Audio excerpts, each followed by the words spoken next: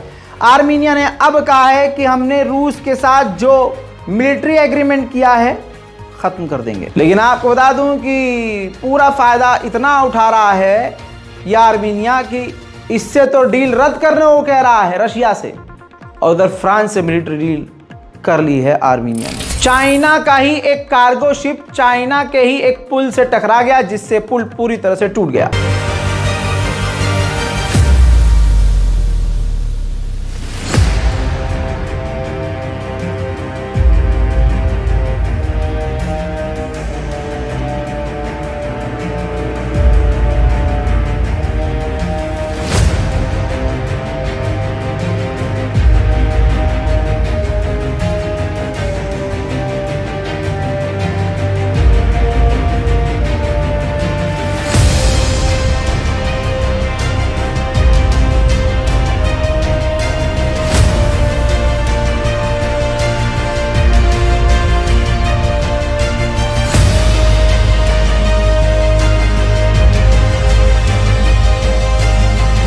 उधर चाइना का एक जासूसी सर्वे शिप मालदीव के आसपास भटक रहा है, जिससे भारत के लिए खतरा है। उधर श्रीलंका और भारत ने अपने युद्धपोत मालदीव भेज दिए हैं।